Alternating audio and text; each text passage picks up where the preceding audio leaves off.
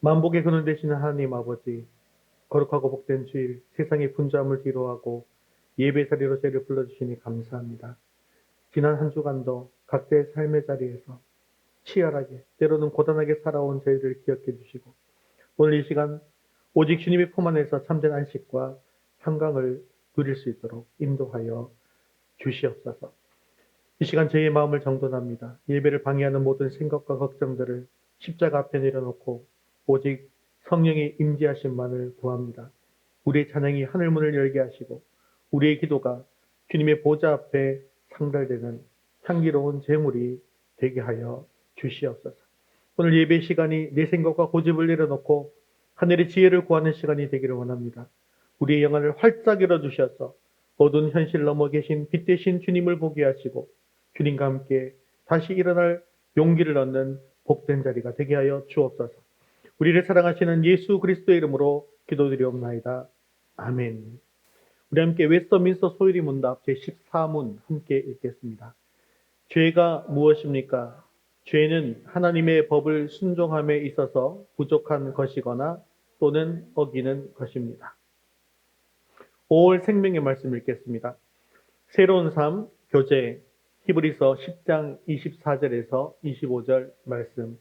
서로 돌아보아 사랑과 선행을 격려하며 모이기를 패하는 어떤 사람들의 습관과 같이 하지 말고 오직 권하여 그날이 가까움을 볼수록 더욱 그리하자.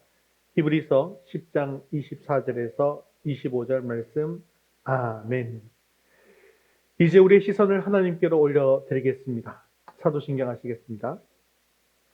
전능하사 천지를 만드신 하나님 아버지를 내가 믿사오며 그 외아들 우리 주 예수 그리스도를 믿사오니 이는 성령으로 잉태하사 동정녀 마리아에게 나시고 본디오 빌라도에게 고난을 받으사 십자가에 못 박혀 죽으시고 장사한 지 사흘 만에 죽은 자 가운데서 다시 살아나시며 하늘에 오르사 전능하신 하나님 우편에 앉아 계시다가 저리로서 산 자와 죽은 자를 심판하러 오시리라. 성령을 믿사오며 거룩한 공회와 성도가 서로 교통하는 것과 죄를 사하여 주시는 것과 몸이 다시 사는 것과 영원히 사는 것을 믿사옵나이다. 아멘. 오늘 우리의 찬양과 영광을 받으실 주님께 힘있게 찬양드리겠습니다. 찬송가 365장 마음속에 근심 있는 사람 찬송드리겠습니다.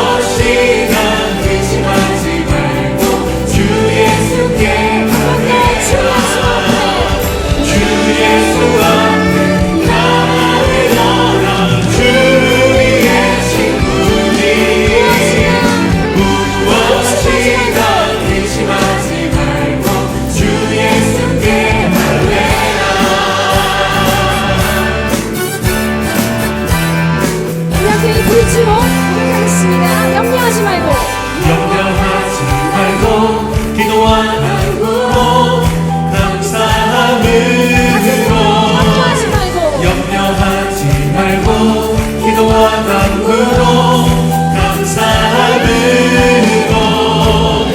염려하지 말고 기도와 간구로 감사함으로 염려하지 말고 기도와 간구로 감사함으로 주 예수 앞에 강하게 너라 주 우리의 친구니 주 예수 앞에 강하게 너라 주 우리의 친구니 무엇이나 의심하지 말고 주 예수께 아뢰라 무엇이나 의심하지 말고 주 예수께 아뢰라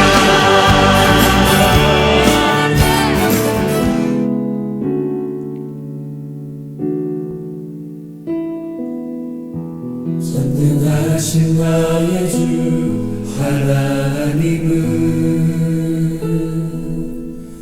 능지 못하실 일 전혀 없네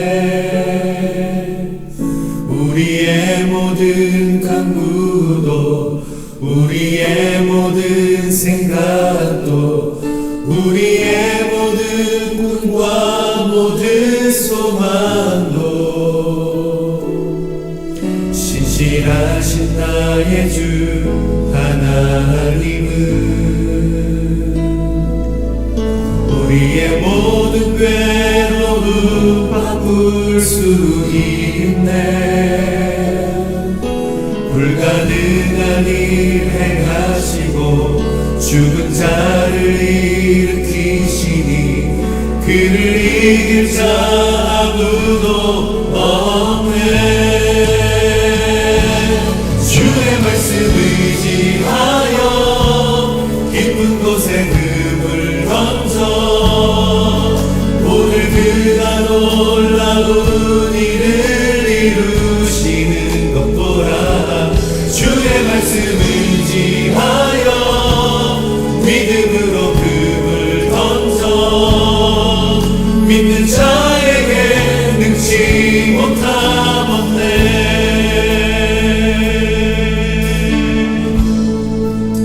전능하신 나의 주 전능하신 나의 주 하나님은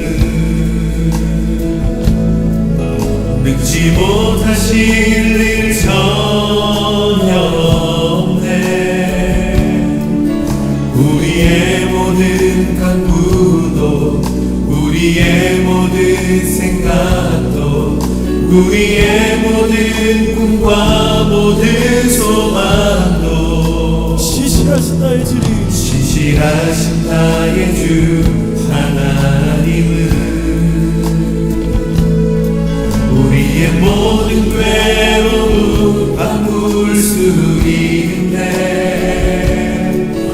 불가능한 일 행하시고 죽은 자를 일으키시는 죽은 주님 자를 일으키시니 주님 그를 이길 자 아무도 없네 주의 말씀 의지하여 깊은 곳에 금을 던져 오늘 그가 놀라운 일을 이루시는 것 보라 주의 말씀 의지하여 믿음으로 금을 던져 믿는 자에게 능치 못함 없네 주의 말씀 의지하여 깊은 곳에 금을 던져 오늘 그가 놀라운 일을 이루시는 것 보라 주의 말씀 의지하여 믿음으로 금을 던져 믿는 자에게 능치 못함 없네 주의 말씀 의지하여 깊은 곳에 금을 던져 오늘 그가 놀라운 일을 이루시는 것 보라 주의 말씀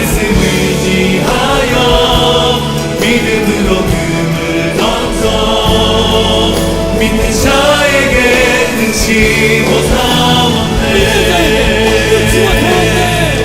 믿는 자에게 능치 못함 없네. 믿는 자에게 능치 못함 없네. 믿는 자에게 능치 못함 없네.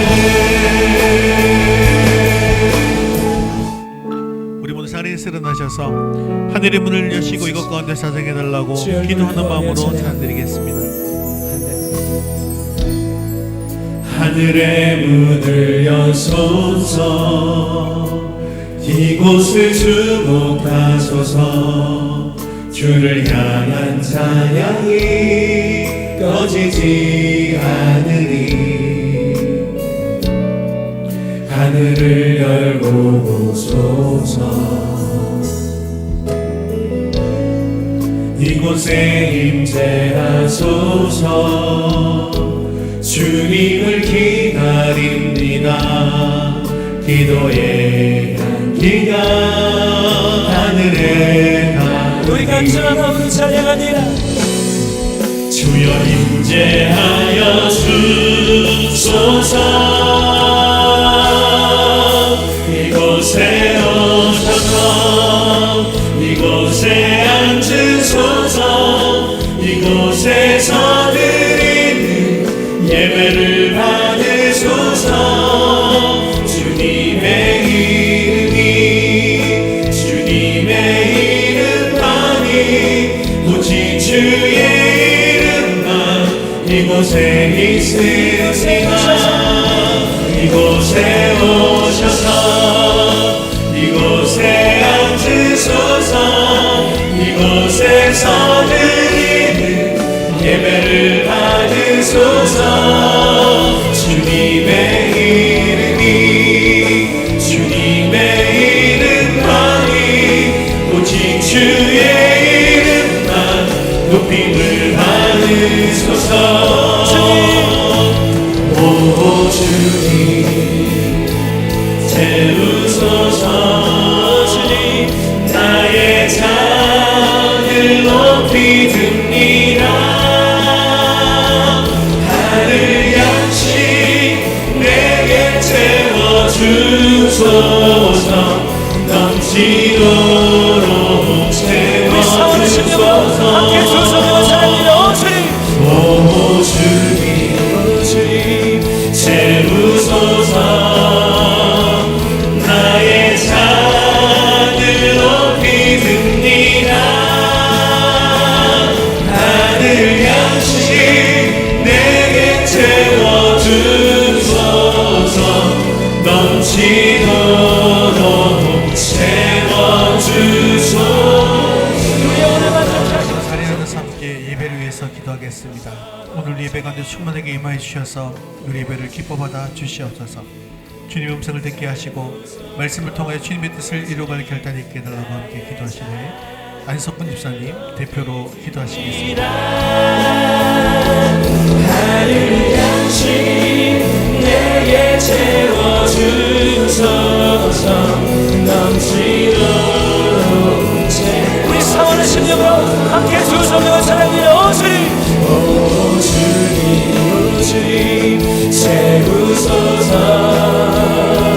나의 잔을 높이 듭니다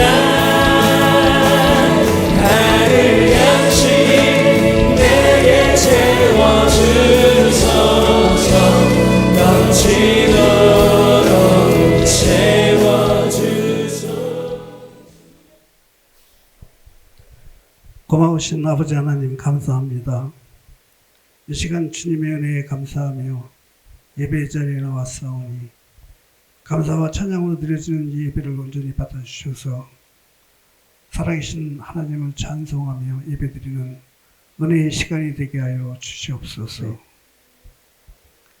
먼저 하나님 나라와 의를 구하는 삶을 살지 못하고 세상 종욕만을 품고 살았던 지난 한 주간을 회개하오니 예수 그리스도의 보혈로 정결케 하여 주시옵소서. 이제는 하나님의 부르심에 응답하여 세상 정욕을 버리고 항상 기도하고 순종하며 하나님 나라를 이루어 나가는 삶을 살기를 원하옵니다. 아버지 하나님, 우리에게 가족의 소중함을 일깨워 주심에 감사드립니다. 사랑하는 성도들의 가정을 물된 동산처럼 축복하여 주셔서 하나님의 명령에 따라 부모님을 잘 공경하고 주님께서 맡겨주신 자녀들을 하나님의 사랑과 진리로 잘 양육하여서 가정마다 서로 사랑하고 화목을 이루는 믿음의 가정으로 세워나가기를 원합니다. 하나님 나라가 우리 믿음의 가정 안에서 이루어지게 해주시기를 원하며 성도들 가정마다 짊어지고 있는 어려움과 여러 가지 문제들을 도움의 손길을 주셔서 근심과 걱정을 주님의 십자가 앞에 내려놓고 간구하는 기도에 응답하여 주시옵소서.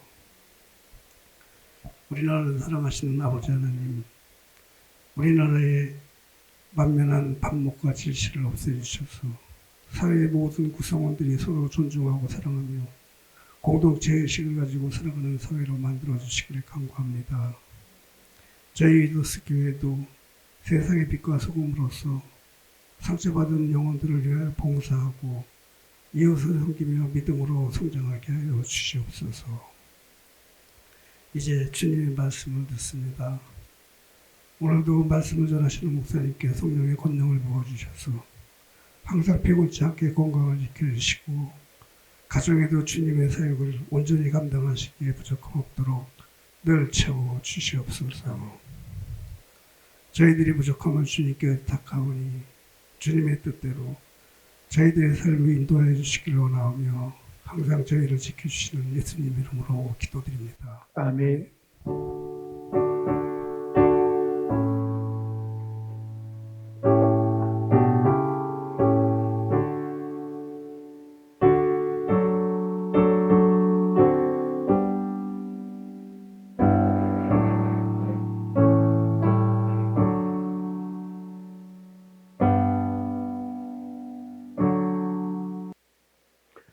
오늘 주신 하나님 말씀은 사무엘상 27장 1절에서 10절까지 말씀입니다. 사무엘상 27장 1절에서 10절까지 말씀 구약성경 456면에 있습니다. 한 목소리로 같이 읽겠습니다. 다윗이 그 마음에 생각하기를 내가 후일에는 사울의 손에 붙잡히리니 블레셋 사람들의 땅으로 피하여 들어가는 것이 좋으리로다. 사울이 이스라엘 온 영토 내에서 다시 나를 찾다가 단념하리니 내가 그의 손에서 벗어나리라 하고 다윗이 일어나 함께 있는 사람 600명과 더불어 가드 왕 마옥의 아들 아기스에게로 건너가니라. 다윗과 그의 사람들이 저마다 가족을 거느리고 가드에서 아기스와 동거하였는데 다윗이 그의 두 아내 이스라엘 여자 아히노암과 나발의 아내였던 갈멜 여자 아비가일과 함께 하였더니 다윗이 가드에 도망한 것을 어떤 사람이 사울에게 전하매 사울이 다시는 그를 수색하지 아니하니라. 다윗이 아기스에게 이르되 바라건대 내가 당신께 은혜를 입었다면 지방 성읍 가운데 한 곳을 내게 주어 내가 살게 하소서. 당신의 종이 어찌 당신과 함께 왕도에 살리이까 하니 아기스가 그날에 시글락을 그에게 주었으므로 시글락이 오늘까지 유다 왕에게 속하니라. 다윗이 블레셋 사람들의 지방에 산 날수는 1년 4개월이었더라. 다윗과 그의 사람들이 올라가서 구술 사람과 기르스 사람과 아말렉 사람을 침노하였으니 그들은 옛적부터 술과 애굽 땅으로 지나가는 지방의 주민이라. 다윗이 그 땅을 쳐서 남녀를 살려두지 아니하고 양과 소와 나귀와 낙타와 의복을 빼앗아 가지고 돌아와 아기스에게 이르매 아기스가 이르되 너희가 오늘은 누구를 침노하였느냐 하니 다윗이 이르되 유다 네겝과 여라무엘 사람의 네겝과 개인 사람의 네겝이니이다 하였더라. 아멘. 여러분 혹시 이 아마존의 깊은 밀림 속에 숨겨진 유사에 대해서 들어본 적이 있으십니까? 유사라고 하니까 뭔지 잘 모르실 텐데요. 사진을 보면 명확하게 무엇인지 알 수가 있어요. 근데 겉으로 보기에는 그냥 평범한 이 땅처럼 보이는데 그 속은 물과 모래가 기묘하게 섞여 있어서 발을 들이는 순간에 몸이 빨려 들어가는 공포의 늪인데, 그래서 이게 물이 아니니까 지나갈 수 있겠거니 하고 발을 들여놓으면 이렇게 물에 이 유사에 빠지게 되어지는 것입니다. 실제로 이 늪에 빠진 사람들의 증언을 들어보면 가장 치명적인 실수가 뭐냐 하니까 바로 발버둥을 치는 것이라고 합니다. 몸이 밑으로 빠져들게 되니까 공포에 질려서 필사적으로 발을 휘젓고 또 손을 내저으면 내저을수록 늪은 그 물리적인 저항을 이용해서 더 빠른 속도로 사람을 집어 삼키더라는 것입니다. 즉, 내 힘으로 나오려고 할수록, 내 근육에 힘을 주면 줄수록 진흙은 더욱더 견고한 사슬이 되어서 심장을 조여오게 되는 것이죠. 그 절체절명의 순간에 생존할 수 있는 유일한 방법이 있는데 어떻게 하면 나올 수 있을까요? 빠져나오려고 노력하는 것이 아니라 역설적이게도 모든 힘을 빼는 것입니다. 그리고 몸을 뒤로 눕혀서 체중을 분산하고요. 그리고 오직 하늘만을 쳐다보면서 외부에서 던져질 밧줄을 기다리는 것만이 유일한 살 길이라고 합니다. 그런데 우리의 인생도 이와 같습니다. 평탄한 길을 걷는 것 같다가도 어느 순간 도무지 앞이 보이지 않는 선택의 갈림길 앞에 서게 되는 것이죠. 그때 우리는 본능적으로 생존을 위한 그런 판단을 내리게 되어지는데, 안타깝게도 그 인간적인 판단이 우리를 더 깊은 영적 침체의 늪으로 몰아넣을 때가 많더라는 것입니다. 오늘 본문에 등장하는 다윗을 보십시오. 그는 이스라엘 역사상 가장 찬란한 이름을 남긴 신앙의 거장입니다. 골리앗이라고 하는 거대한 산을 믿음 하나로 무너뜨렸던 사람입니다. 또한 사울 왕의 집요한 추격 속에서도 하나님을 향한 신뢰를 저버리지 않았던 사람입니다. 그런 그가 오늘 본문에서는 생소한 모습으로 우리 앞에 서 있습니다. 10년 동안이라는 긴 세월 동안 이어진 도피 생활, 내일의 안녕을 보장받을 수 없는 고단한 이 광야의 이 삶 속에서 다윗은 결국 지쳐버렸던 것이죠. 그리고 결국 그는 불안이라고 하는 늪에 발을 담그고 말았습니다. 그는 기도가 아니라 생각이라고 하는 발버둥을 선택했습니다. 그 결과 그는 영적 유사 속에 깊이 가라앉기 시작했던 것입니다.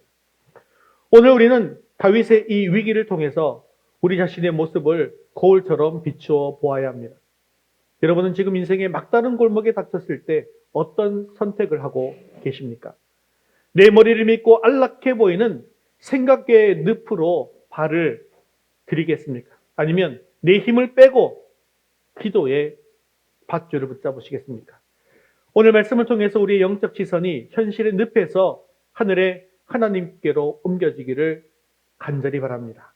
영혼을 잠식하는 시글락의 유혹을 뿌리치고 주님의 음성이 선명한 광야의 영성을 회복할 수 있는 저와 여러분 되시기를 주님의 이름으로 축원합니다. 첫 번째 같이 읽겠습니다. 내 생각보다 기도가 먼저입니다. 본문 1절은 다윗의 영적 상태를 적나라하게 보여주는 한 문장으로 시작하고 있는데 1절 말씀 같이 읽겠습니다. 다윗이 그 마음에 생각하기를 내가 후일에는 사울의 손에 붙잡히리니 블레셋 사람들의 땅으로 피하여 들어가는 것이 좋으리로다. 사울이 이스라엘 온 영토 내에서 다시 나를 찾다가 단념하리니 내가 그의 손에서 벗어나리라 하고. 지금 읽은 이 모습은요, 지금까지 다윗이 보여주었던 영웅적인 모습과는 너무나도 대조적인 나약한 모습을 보여주고 있습니다. 그는 일촉즉발의 그런 위기 속에서도 항상 여호와께 묻고 기도했던 기도의 사람이었습니다. 블레셋이 그릴라를 쳐서 독식을 탈취한다는 소식을 들었을 때에도 그는 자신의 군사적인 판단을 믿지 않고 하나님께 먼저 물었던 사람입니다. 그런데 지금 다윗은 기도를 멈추고 생각이라고 하는 그 늪에 빠져들고 있었던 것이죠. 우리가 가장 경계해야 될 영적인 위기는 기도가 사라진 자리에 내 생각이 주인 노릇을 하기 시작할 때라는 것입니다. 다윗은 스스로 생각하기를 결국 나는 사울에게 잡혀 죽겠구나 라는 부정적인 결론을 내리는 것이었습니다. 이것은 철저히 하나님을 배제한 불신앙적인 결론이었던 것이죠.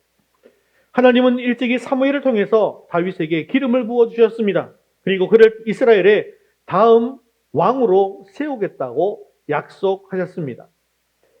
하나님의 약속이 살아있다고 한다면 다윗은 결코 사울의 손에 절대로 죽을 수가 없는 것이죠. 하지만 기도가 멈추자 다윗의 눈에는 약속의 하나님이 보이지 않게 되었습니다. 오직 자신을 죽이려고 달려드는 사울의 서슬퍼런 칼날만 보이기 시작한 것이죠. 이처럼 생각의 늪이라고 하는 것은 우리를 끊임없이 현실의 한계 속에 가두어 버립니다. 다윗은 600명의 부하와 그의 가족들 총 합하면 한 3,000명 정도가 되겠네요. 그런 거대한 공동체를 책임져야만 했습니다. 가장으로서 또한 공동체의 리더로서 그가 느꼈을 중압감은 아마 상상을 초월했지 않았을까요? 광야에서 굶주리는 아이들의 그 울음소리와 지쳐가는 부하들의 눈빛을 바라보면서 이제 다윗은요 블레셋으로 가는 것이 최선의 판단이다 라고 스스로를 설득한 것입니다. 인간적으로는 너무나도 합리적이고 지혜로운 판단처럼 보였습니다. 하지만 하나님이 없는 합리성은 결국 우리를 멸망으로 이끄는 독이 되는 것이죠. 이사야 선지자는 하나님의 생각이 우리의 생각과 다르며 하나님의 길은 우리의 길과 비교할 수 없을 만큼 높고 깊다고 선포했습니다. 기도는 바로 그 높고 깊은 하나님의 생각을 내 비좁은 머리 속으로 받아들이는 거룩한 작업이라는 것이죠. 우리가 인생의 갈림길에서 내 생각에 사로잡히면 하나님조차도 내 생각대로, 내 뜻대로 조정하려고 하는 어리석음에 빠지게 됩니다. 내 경험과 내 지식을 총동원해서 이미 결론은 다 내려놓고 하나님께는 그저 결제만 해 주십시오 라고 때를 쓰는 기도를 하는데 그것은 결코 기도가 아니라는 것이죠. 그것은 그냥 내 생각을 강화하는 주문에 불과한 것입니다.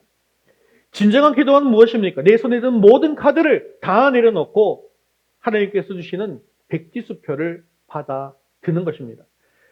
다윗이 만약 이 순간에 다시 무릎을 꿇었다면 하나님은 다윗에게 블레셋 망명이 아니라 전혀 다른 승리의 길을 보여주셨을 것입니다.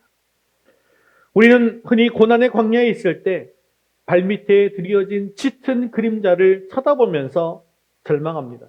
하지만 여러분 기억하시기를 바랍니다. 그림자가 생겼다라고 하는 것은 역설적으로 어딘가에 강력한 빛이 비추고 있다라는 가장 강력한 증거가 된다는 것이죠. 내 앞에 그림자만 보이는 것은 빛이 없어서 그림자만 보이는 것이 아니라 우리가 태양을 등지고 서 있기 때문입니다. 내가 태양을 등지는 순간 내 앞에는 오직 나의 그림자밖에 보이지 않는 것이죠. 그 그림자는 나의 한계고 나의 실패고 나의 절망적인 현실입니다.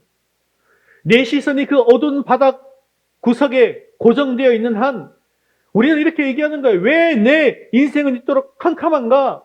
왜 하나님은 나를 도와주시지 않는가? 라면서 끊임없이 내 앞에 보이는 어둠만을 한탄하게 됩니다. 그러나 그것은 하나님께서 우리를 비추지 않은 것이 아니라 우리가 스스로 빛을 거부하고 나의 등 뒤로 하나님을 밀어냈기 때문인 것이죠. 그렇기 때문에 우리는 결단을 해야 합니다. 생각의 늪에서 빠져나오는 유일한 방법은 내 몸을 180도 돌리는 영적 전환에 있습니다. 내가 고개를 돌려서 찬란한 태양빛 곧 살아계신 하나님을 정면으로 바라보는 순간 어떤 일이 일어날까요? 나를 짓누르던 그 거대하고 어두운 그림자는요 순식간에 내 시야에서 사라지게 됩니다. 그리고 내 뒤편으로 완벽하게 물러나게 되는 것이죠. 내 눈앞에는 나를 삼킬 듯한 어둠이 아니라 만물을 소생시키는 생명의 빛이 가득하게 되어지는 것입니다. 다윗이 내가 사울의 손에 붙잡히리니 라고 탄식할 때에는 자신의 그림자만 보던 때였습니다. 그러나 그가 다시 에봇을 가져오라 하고 여호와께 물었을 때 그는 비로소 빛을 향해서 몸을 돌린 것입니다. 빛을 마주하면 어둠은 힘을 잃습니다. 우리가 기도의 자리로 돌아와서 하나님의 얼굴을 구하는 그 순간 우리를 두렵게 하던 현실의 그림자는 하나님의 광채 아래 그 존재감을 잃어버리게 되는 것이죠. 사랑하는 성도 여러분, 더 이상 내 자신의 그림자를 보면서 절망하지 마십시오. 그림자 보는 빛보다 절대로 강할 수가 없습니다. 그러므로 지금 즉시 고개를 돌려서 여러분 뒤에서 여전히 뜨겁게 비추고 계신 하나님의 사랑을 대면하시기를 바랍니다. 어둠을 한탄하던 입술을 멈추십시오. 그리고 그 찬란한 빛을 노래하십시오. 내 머리로 계산하는 인생은 반드시 한계에 부딪히게 되어지지만 기도로 경영하는 인생은 하나님의 무한한 자원과 연결된다는 사실을 기억하시기를 바랍니다. 내 생각을 꺾고 하나님의 일하심을 기다리는 것이 진정한 용기이며 내 생각의 끝이 바로 하나님의 기도가 시작하는 지점인 것입니다. 이처럼 우리가 얼굴을 흘려서 시선을 옮길 때 비로소 길이 보이고 살 길이 열립니다. 내 자아라고 하는 그 그림자에서 벗어나셔서 영원한 빛이신 주님의 얼굴을 향해 온전히 서로서는 진정한 영적 회심의 주인공 될 수 있게 되어지기를 주님의 이름으로 축원합니다. 우리 두 번째 같이 읽겠습니다. 편한 길보다 바른 길을 가십시오.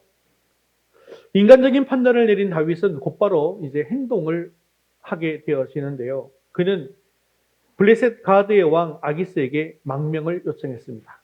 아기스 왕은 흔쾌히 그를 받아들이죠. 그리고 다윗은 왕도가 아니라 지방 성읍인 시글락을 자기에게 달라고 요청합니다. 그리고 그곳에 정착하게 되는데요. 그래서 이제 어떤 일이 벌어지게 되었을까요? 자, 4절 말씀 같이 읽겠습니다. 다윗이 가드에 도착한 것을 어떤 사람이 사울에게 전하매 사울이 다시는 그를 수색하지 아니하리라. 자, 이 결론을 보니까 겉으로 보기에 다윗의 이 전술적 선택이 매우 탁월해 보이지 않습니까? 왜 그렇습니까? 4절에 기록된 것처럼 다윗이 블레셋으로 도망갔다는 소식을 들은 사울 왕이 더 이상 다윗을 추적하지 않았기 때문입니다. 드디어 다윗은 10년 만에 발을 쭉 뻗고 잠을 잘 수 있게 되었고 식솔들은 굶주림이나 추위 걱정 없이 안정된 생활을 누릴 수가 있게 되었죠. 하지만요, 사실은 놀랍게도 이 시글락에서의 평안은 다윗의 영혼을 서서히 죽이는 영적인 마약이었던 것입니다. 왜냐하면 시글락은 다윗의 정체성을 송두리째 뒤흔들어 놓았기 때문인 것이죠. 다윗은 이스라엘의 차기 왕으로 기름 부음 받은 사람입니다. 그리고 하나님의 거룩한 전쟁을 수행하는 용사인 이스라엘의 자존심이었습니다. 그런데 그런 그가 하나님께 묻지 않습니다. 말씀 안에 머물지 않고 말씀의 밖으로 나가게 되자 지금 누구의 신하가 되어버린 것입니까? 이스라엘의 원수인 블레셋 왕 아기스의 신하가 되어버린 거예요. 그리고 이방 왕에게 굽실거리는 굴욕적인 종의 삶을 살게 되어버린 것입니다. 그리고 블레셋 왕 아기스 앞에서 살아남기 위해서 비굴한 거짓말로 또 연극을 하고 있습니다. 다윗은 실제로 이스라엘과 적대 관계인 그술, 기르스, 아말렉을 공격했어요. 그런데 아기스 왕이 오늘 너희가 어디를 침노하였느냐라고 물을 때마다 다윗은 자신의 동족인 유다 남쪽을 공격했다라고 거짓말을 했습니다.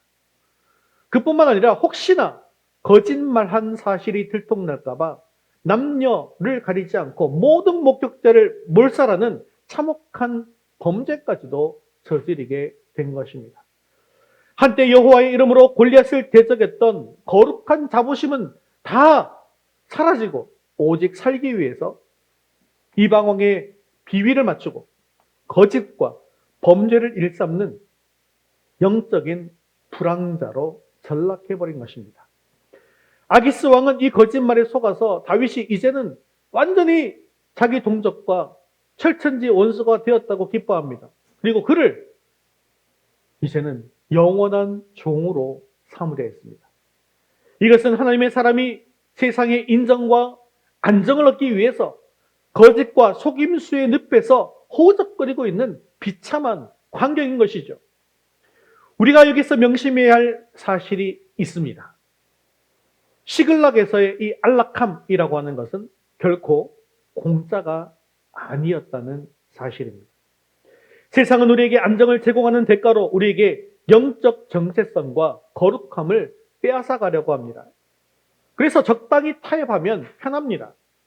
예배 자리를 조금 양보하고 기도와 말씀 묵상의 시간을 줄여서 세상의 업무에 몰두하면 남들보다 좀 더 앞서 나갈 수 있을 것 같습니다. 하지만 그렇게 얻은 시글락은 결국 우리를 오도 가도 못하는 신세로 만들어 버리더라는 것이죠. 다윗이 겪은 진짜 위기는 시글락 정착 1년 4개월 만에 찾아오게 되었습니다. 블레셋이 이제 이스라엘을 대대적으로 공격하게 되었는데 이 아기스 왕은 다윗에게 참전을 명령했습니다. 하지만 이때 하나님께서는 다윗이 스스로 처리한 이 비극적인 덫에서 벗어날 수 있도록 거룩한 개입을 시작하시는데요.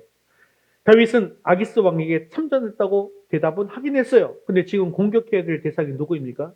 이스라엘입니다. 그러니 그의 속마음은 타들어가지 않았겠습니까? 이렇게 자기 백성들을 차야만 하는 절체절명의 위기에 빠졌을 때 하나님은 블레셋 방백들의 의심과 항의를 도구로 사용하기 시작하셨습니다.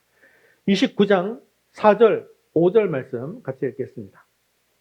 그는 우리와 함께 싸움에 내려가지 못하리니 그가 전장에서 우리의 대적이 될까 하나이다.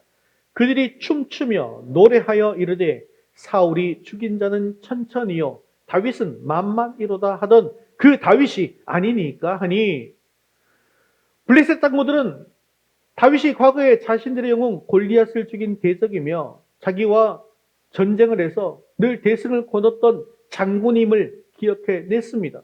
그렇기 때문에 전쟁 중에 다윗이 변심해서 자신들의 뒤를 칠까봐 아주 격렬하게 다윗이 출전하는 것을 반대한 것이죠. 이 사람이 전쟁 중에 우리를 배신하면 어찌하겠느냐라고 하는 이 방백들의 거센 항의에 밀려서 아기스는 결국 다윗을 돌려보내게 되었습니다. 그런데 이것은요, 다윗의 처세술이 아니라 자기 백성을 죽여야만 하는 이 동족 상잔의 범죄로부터 다윗을 강제로 떼어 놓으시려고 하는 하나님의 비상 섭리였던 것이죠. 만약 하나님이 이방 정부들의 입을 통해서 다윗을 쫓아내지 않으셨다고 한다면 다윗은 평생 씻을 수 없는 범죄자가 되어서 이스라엘의 왕자에 오를 수 없게 되어졌을 것이고 하나님의 원대한 계획과 역사는 다 무너졌지 않겠습니까? 사랑하는 성도 여러분, 우리는 다윗이 광야에서 보냈던 그 처절한 시간들을 잘 기억해야 합니다. 물론 광야는 먹을 것도 없고 마실 물도 편히 쉴 곳도 없는 척박한 땅에 분명합니다. 그러나 그곳은 세상의 잡음이 차단된 채 오직 하나님의 음성만이 들리는 거룩한 성소였습니다. 다윗이 여호와는 나의 목자시니 내게 부족함이 없으리로다 라고 고백했던 곳은 시글락의 침상이 아니라 광야의 메마른 땅이었습니다.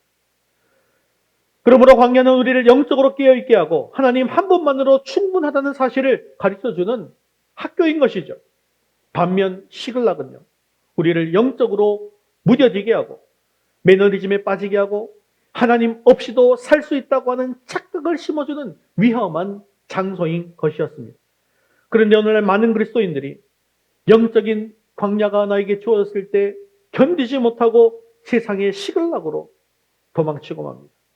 조금만 힘들면 예배를 소홀히 하고 경제적으로 어려우면 11조도 아까워하고 인간관계가 꼬이면 세상의 방법으로 문제를 해결하려고 합니다. 하지만 기억하십시오.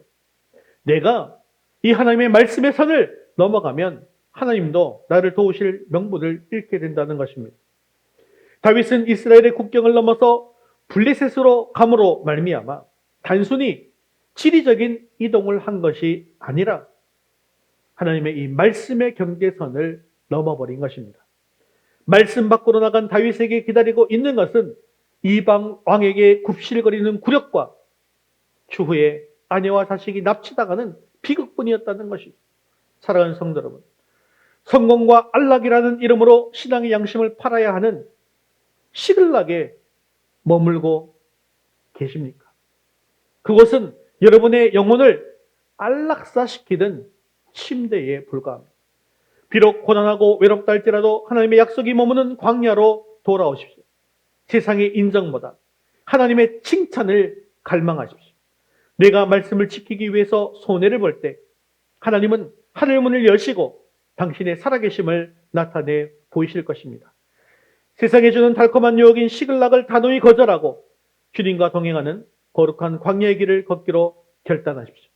비겁한 타협으로 얻은 가짜 평화 대신 말씀 순종으로 얻는 하늘의 평강을 누리는 진정한 성도가 되어질 수 있게 되어지기를 주님의 이름으로 축원합니다. 우리 세 번째 같이 읽겠습니다.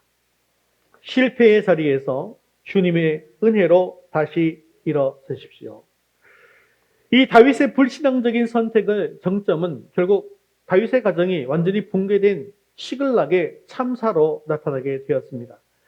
다윗이 아기스를 따라서 전쟁터에 나갔다가 하나님의 비상섭리인 블레셋 장수들의 반대로 겨우 발길을 돌려서 시글락으로 돌아가게 되었는데요.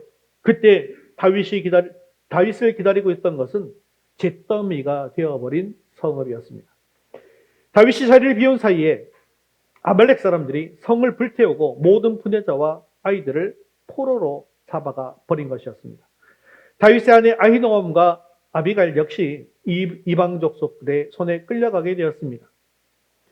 다윗은 하나님의 보호 아래에 있는 이스라엘의 왕이 될 자로서 그들을 지켜주어야만 했습니다. 그런데 다윗이 말씀을 떠나서 블레셋 신하 노릇을 하러 자리를 비운 사이에 소중한 자녀들과 아이들은 적들에게 끌려가서 노예의 신세가 되고 만 것입니다. 이것은 단순히 불운한 사건이 아닙니다. 말씀의 울타리를 벗어난 가장과 지도자가 더 이상 가족을 영적으로 육적으로 보호할 수 없음을 보여주는 처절한 심판의 사건이죠. 하나님께서 허락하신 광야를 버리고 세상의 안락함을 찾아서 시글락으로 도망치게 되었을 때 다윗은 모든 것을 다 지킨 줄로만 착각했습니다. 그러나 정작 가장 소중한 아내들의 눈물 섞인 부르짖음과 자녀들의 비명소리를 지켜주지 못하는 가장 무능한 가장으로 전락해 버렸습니다. 이렇게 3,000명의 식솔들이 한순간에 사라지고 모든 것을 다 잃어버린 다윗 앞에 그런데 더 큰 위기가 또 찾아오게 되었습니다. 함께 생사를 넘나들며 다윗을 따랐던 600명의 용사들은 자신의 식솔들을 잃은 슬픔과 분노에 사로잡혀서 다윗을 돌로 쳐 죽이려고 한 것입니다. 아내와 아이들을 지키지 못한 리더를 향한 백성들의 원망은 이제 극에 달했습니다.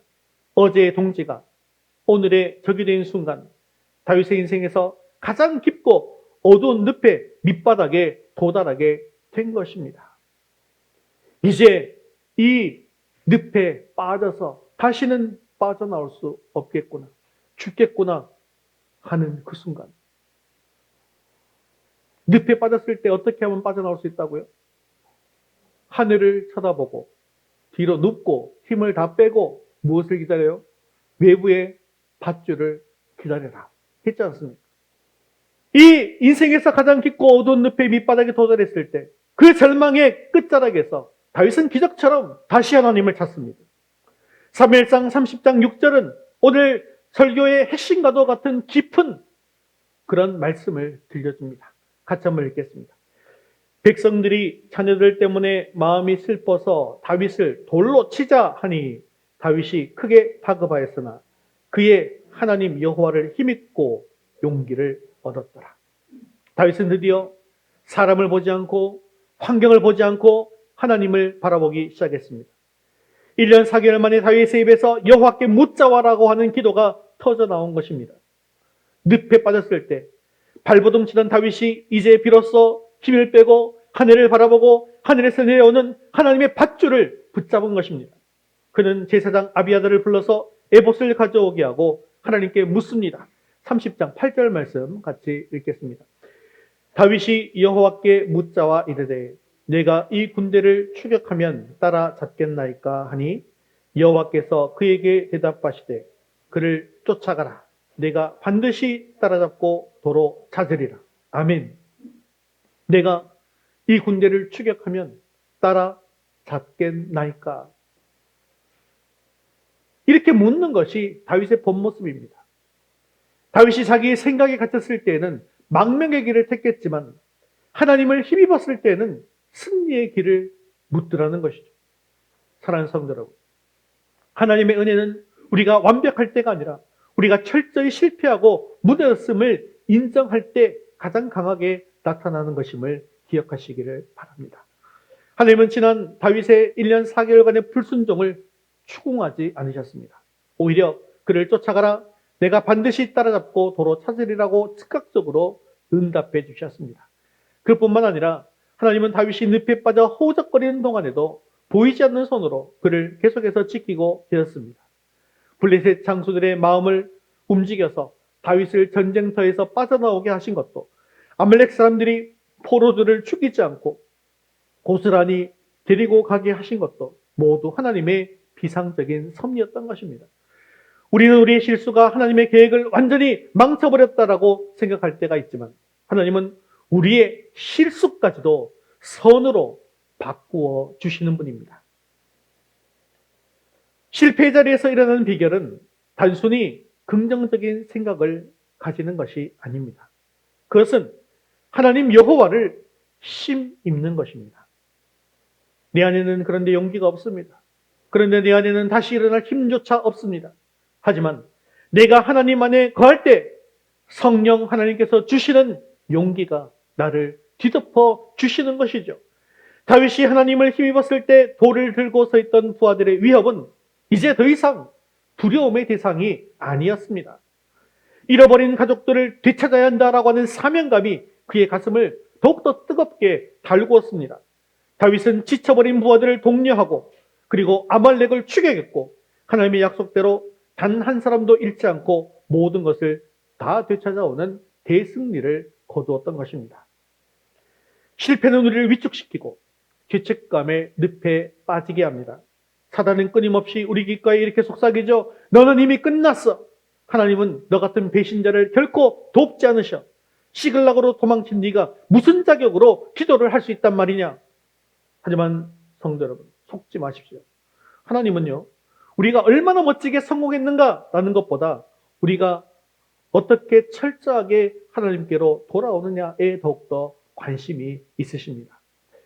회개는 하나님께로 방향을 180도 트는 것입니다. 내 생각의 핸들을 이제 하나님께로 넘겨드리는 것입니다.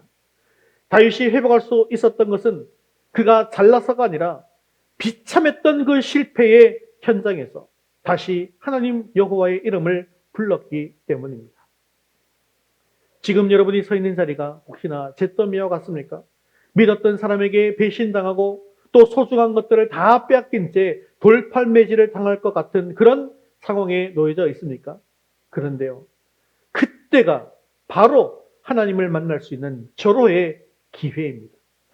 세상의 모든 줄이 끊어졌을 때 비로소 하늘에서 내려오는 밧줄이 보입니다. 하나님은 여러분이 다시 기도의 무릎을 꿇기를 기다리고 계십니다. 여러분의 수치와 부끄러움을 덮으시는 하나님의 은혜를 신뢰하십시오. 하나님을 힘입어서 일어날 때 여러분의 실패는 위대한 반전의 서막이 되어질 것입니다. 사랑하는 성도 여러분, 과거의 실패와 실수라고 하는 그 늪에서 과감히 빠져나와 나를 용서하시고 새 힘을 주시는 하나님께로 달려가시기로 결단하십시오. 내 힘이 아니라 여호와의 신으로 충만함을 입어서 잃어버린 영적 자산들을 갑절로 회복하는 회복의 주인공들 다 되어질 수 있게 되어지기를 주님의 이름으로 축원합니다. 말씀을 맺겠습니다. 아마존 밀립의 이 유사, 이 늪에 빠졌을 때 살 수 있는 유일한 방법은 내 몸에 힘을 빼고 그리고 하늘을 바라보며 밧줄을 기다리는 것이다 라고 말씀드렸습니다. 우리 인생의 늪도 마찬가지입니다. 내 머리로 계산하고 내 힘으로 발버둥을 치면 칠수록 더 깊은 곳으로 가라앉게 되어집니다. 하지만 우리가 하나님 앞에 힘을 빼고 주님, 저는 아무것도 아닙니다. 저를 도와주옵소서 하고 하늘을 향해서 손을 뻗을 때 하나님의 강한 팔이 우리를 다시금 끌어올려 주실 줄로 믿습니다. 우리 함께 결단선언문 읽도록 하겠습니다. 인생의 늪에서 하늘을 보는 믿음을 가지겠습니다. 나는 내 머리로 계산하는 생각의 늪을 버리고 하늘을 향해 기도의 손을 들기로 결단합니다. 나는 세상이 주는 가짜 안락함인 시글락을 거절하고 주님의 음성이 들리는 광야로 돌아가기로 결단합니다. 나는 실패와 절망의 자리에서 주저앉지 않고 나를 용서하시는 하나님 여호와를 힘입어 다시 일어설 것을 결단합니다. 사랑하는 성도 여러분, 이제 예배를 마치고 세상으로 나아갈 때 여러분은 또 다른 갈림길을 맞이하게 될 것입니다. 그때마다 오늘 들은 말씀을 기억하십시오. 내 생각을 앞세우지 마십시오. 상황에 밀려서 시글락으로 도망가지 마십시오. 오직 기도로 무장하시고 하나님의 선하심을 신뢰하며 앞으로 담담히 나아가십시오.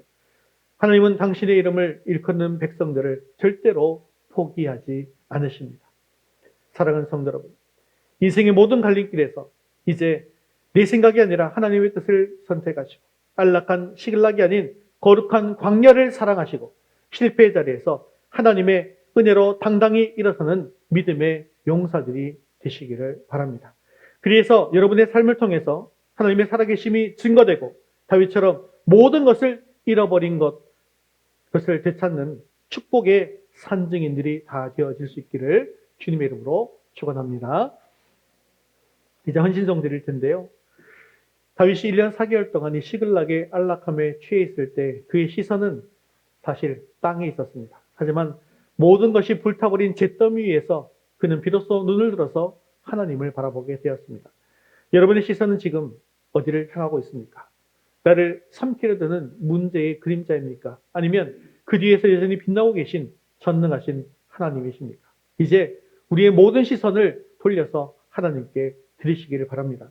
내가 발버둥치기를 멈추고 살아계신 하나님을 느낄 때 또 우리의 인생의 비극은 하나님의 역사로 바뀌게 되어질 것입니다. 우리도 이제 내 걱정, 내 계획, 내 생각의 늪에서 눈을 들어서 하나님을 바라봅시다. 주님을 보기 시작할 때 멈춰있던 하나님의 일하심이 우리 삶에서 다시 시작될 것입니다. 시글락 같은 세상의 안락함에 속지 않고 황폐한 땅에서도 주의 일을 보게 하여 주옵소서. 이 찬양의 고백이 우리의 삶이 되게 하여 주옵소서. 자, 하나님의 일하기 시작하네 라고 하는 이 약속을 붙들고 함께 찬양하겠습니다. 다 같이 자리에서 일어나셔서 헌신송 시선 찬양 드리신 후에 기도와 축도로 예배를 마치겠습니다.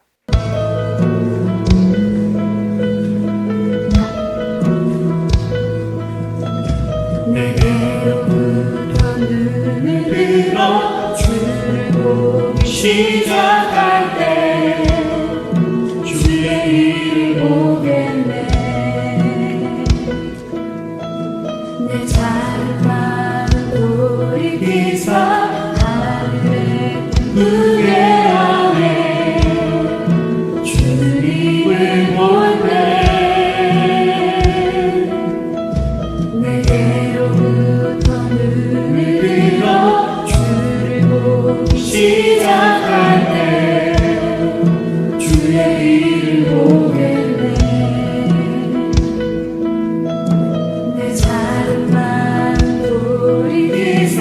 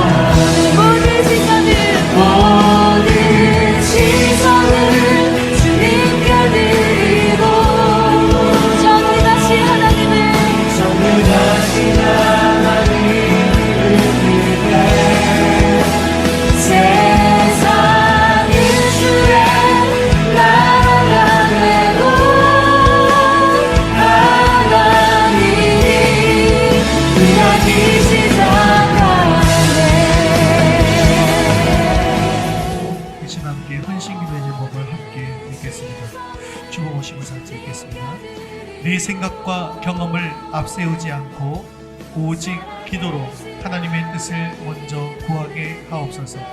세상의 달콤한 유혹인 시글락에 안주하지 않고 주님의 임재가 있는 거룩한 광야의 영성을 회복하게 하옵소서. 실패와 절망의 잿더미 속에서도 나를 포기하지 않으시는 하나님 여호와를 힘입어 다시 일어나게 하옵소서. 이제 함께 말씀 붙들고 살아계신 하나님을 느낄 때 내 삶은 주의 역사가 되고 하나님이 일하기 시작하네. 모든 시선을 주님께 드리고 정리 다시 하나님을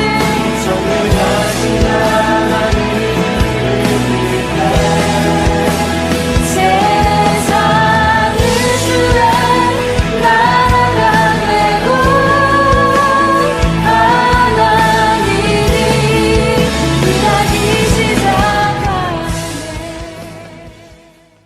사랑과 자비가 풍성하신 하나님 아버지, 인생의 거친 밀림 속에서도 길을 잃고 헤매고 있는 우리를 포기하지 않으시고 오늘도 말씀의 빛으로 인도해 주심을 참으로 감사를 드립니다.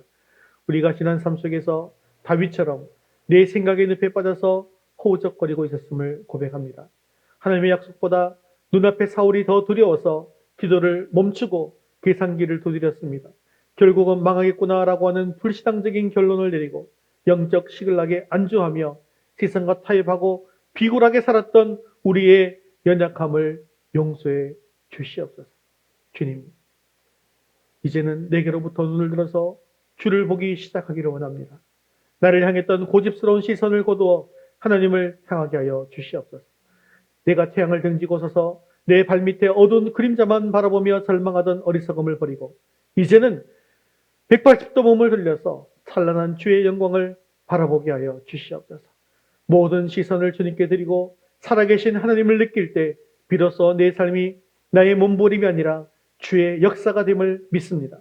다윗이 잿더미가 된 시글락에서 다시 에봇을 가져오라 명하며 주님께 물었던 것처럼 우리도 실패의 현장에서 주님의 이름을 부르게 하옵소서. 내 생각의 끝에서 하나님의 기도가 시작되게 하시고 내 힘이 빠진 그 자리에 하나님의 일하심이 나타나게 하옵소서. 성령이 나를 변화시켜 모든 두려움이 사라질 때 우리 앞에 놓인 황폐한 땅 한가운데서도 주님의 마음을 깨닫게 될 줄로 믿습니다.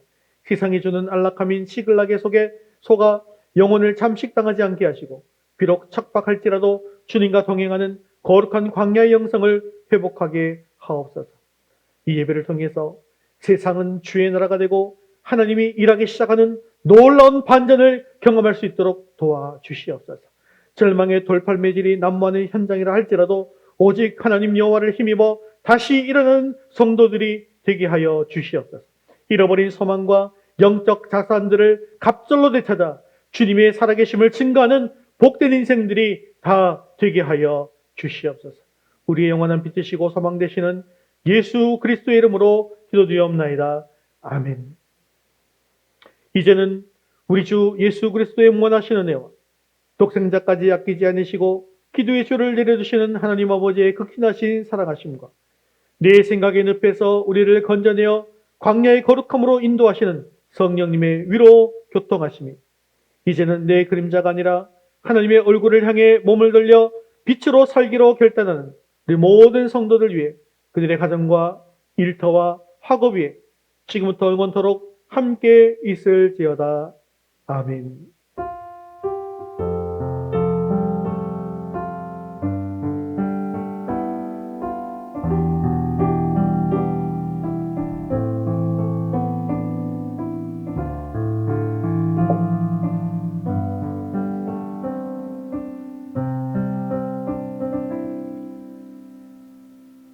우리 월파송 찬양 내 삶은 주의 것 찬송드리겠습니다.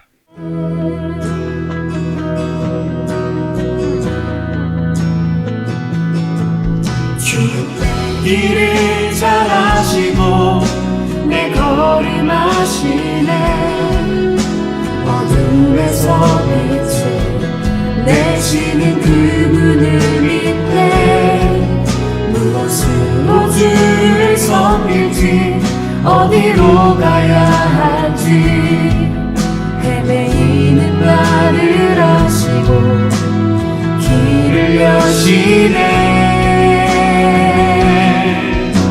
내 삶은 주의 것, 내 삶은 주의 것, 온전한 신뢰를 주께 드리네. 보이지 않아도 믿음으로 걷네. 주 영광 바라보며 주만 따르네.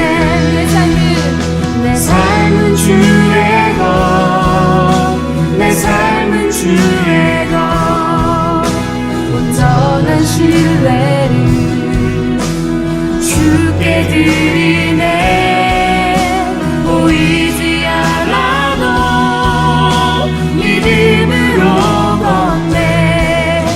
주 영광 바라보며 주만 따르네. 좁은 길을 따르라. 승리의 주 영원한 생명 되시네. 고난 중에 순종을 배워가며 너의 모든 선 맡겨드리라. 좁은 길을 따르라. 좁은 길을 따르라. 승리의 주 영원한 생명 되시네.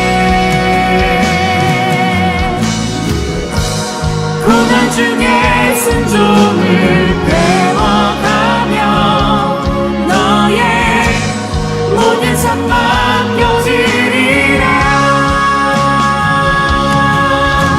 내 삶은 주의 것, 내 삶은 주의 것, 온전한 신뢰를 주께 드리네. 보이지 않아도 믿음으로 걷네. 주 영광 바라보며 주만 따르네. 내 삶은 주의 것, 내 삶은 주의 것, 온전한 신뢰를 주께 드리네. 보이지 않아도 믿음으로 걷네. 주 영광 바라보며 주만 따르네. 할렐루야. 우리 하나님께 영광의 박수를 드리겠습니다. 네, 믿음으로 승리하는 한 주 되시기 바랍니다.